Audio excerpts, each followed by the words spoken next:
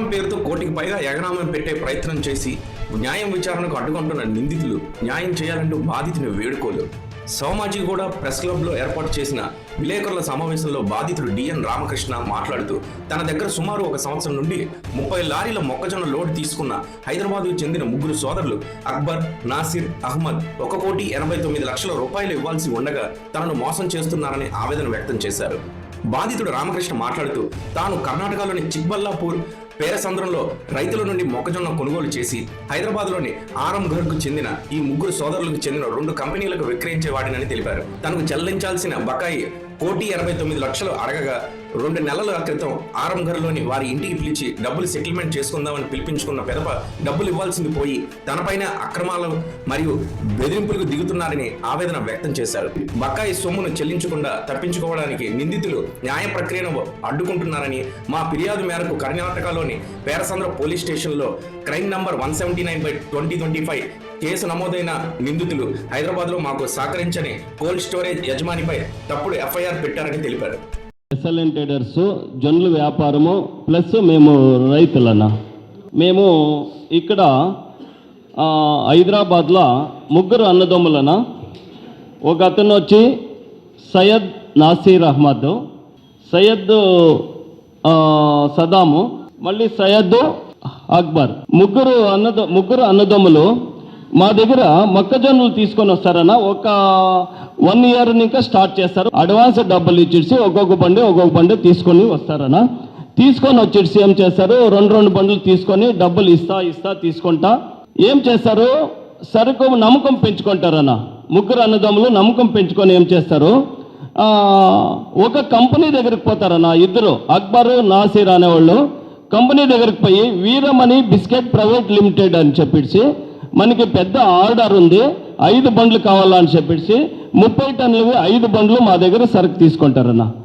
30 టన్నుల వాల్యూ వచ్చి 1,30,00,000 ఇంత సరుకు తీసుకొని వచ్చి ఏం చేస్తారు, వీళ్ళు ఆ కంపెనీకి దించకుండా సొంతం ఎత్తుకొని వచ్చి పవిత్ర కోల్డ్ స్టోర్ ఇక్కడ కొత్తపల్లి కోల్డ్ స్టోర్లో వాళ్ళ పేరిట్లో దించుకుంటారన్న. దించుకొని ఏం చేస్తారు, సరుకంతా మొత్తము అమ్మేస్తారన్న. అమ్మేసిడిచి ఈ సరుకుని మొత్తము నాసీర్ అనేవాని చేతిలో 1,89,00,000 రూపాయల సరుకుని దుడ్డుల్ని క్యాష్ చేసి ఈయన చేతికి ఇచ్చిడిచి దాబెడతారన్న. సరుకు డబ్బులంతాను మొత్తము ఈయన చేతికి డబ్బులంతా 1,89,00,000 ఇచ్చిడిచి దాబెట్టిస్తారన్న. మాకు డబ్బులు ఇవ్వకుండా వీళ్ళు 3 కలిపి మాకు 1,89,00,000 సరుకు తీసుకొని వచ్చి మోసం చేస్తారన్న. మేమేం చేస్తాము, వాళ్ళ ఇంటికాడికి వస్తామన్న. వచ్చిడిచి వాళ్ళని కాలు పట్టుకుంటామన్నా. అన్న మాది రైతుల దుడ్డు 1,89,00,000 రైతులు వచ్చి మా ఇంటికాడ డైలీ గడువు చేస్తూ ఉన్నారు, వాళ్ళకి పేమెంట్ ఇవ్వాలని చెప్పేసి వచ్చి వాళ్ళ ఇంటికాడ వచ్చి అక్బర్ అనేవాడు దొరుకుతాడనా. వీడు నాసీర్ అనేవాడు ఉంటాడు ఇంట్లో. మేము వచ్చి వాకిలు తిడుతున్నాను, వాకిలు తీయలేదన్నా. అప్పుడు ఏం చేస్తాడు, ఈ అక్బర్ అనే అతడు వచ్చిడిచి నన్ను రానా వస్తాడు, ఎక్కడో పోయినాడు, టిఫన్ తీసుకొని చేపించుకొని వచ్చేప్పటికి ఏం చేస్తాడు, వీడు వాకిలిలో అవతల బీగం వేసుకొని ఎస్కేప్ అయిపోతాడన్న. లాస్ట్లో వీడు అబద్ధం సాయంకాలం 10 సాయంకాలం మేము 4 మనుషులు వచ్చి ఆ కాలు పట్టుకుంటామన్నా. రైతుల దుడ్డు మాకు దుడ్లు ఇవ్వండి అని చెప్పి అడుక్కున్నాను. ఒక 10 రోజులు సాయంకాలము వీడు వస్తాడన్న, సదాం అనేవాడు. 10 రోజులు మాకు టైం ఇవ్వండి, మీ డబ్బులు క్లియర్ చేస్తాము, నాసీర్ ఎక్కడో పోయినాడు అని చెప్పి చెప్తారన్న. అప్పుడు వాళ్ళ ఇంట్లోనే భోజనం తిని మేము ఆయా అని చెప్పి పోతామన్నా. పోయి ఊరికి పోతాము. 2 రోజులు వెనుక పోలీసుని ఇంకా మాకు ఫోన్ వస్తుందన్న, ఇక్కడ హైదరాబాద్ పోలీసుని ఇంకా మీ పైన కంప్లైంట్ వచ్చింది, ఇక్కడ సదాం అనేవాడు కంప్లైంట్ ఇచ్చినారు, మీరు రావాల్సి పడుతుంది అని. నేను అప్పుడు గ్యాబర్ అయిపోతామన్నా. నేను నా సరుకు నా డబ్బులు 1,89,00,000 పెట్టుకొని నేను పోలీస్ స్టేషన్కి పోల్సిండా, అట్లాంటి వీళ్ళే నా మీద పోయి రివర్స్ కంప్లైంట్ ఇస్తారన్న. మీరు సీదా పోయి మీరు ఎక్కడ లోడింగ్ చేసినారో ఆ జాగాలో పోయి మీరు కంప్లైంట్ ఇచ్చి పోలీసు తోడుకొని రండి, మేము వాళ్ళని పట్టించిస్తాము అని చెప్పి చెప్తారన్న. అప్పుడు పోయి అక్కడ కంప్లైంట్ ఇచ్చి 420 కేసు ఎఫ్ఐఆర్ బుక్ చేయించుకొని వస్తామన్న. ఇక్కడికి హైదరాబాద్కి తోడుకొని వస్తే అప్పుడు వీళ్ళంతా దాక్కొని వేసింటారన్న. వీడు అక్బర్ అనేవాడు మాత్రం దొరుకుతాడన్న.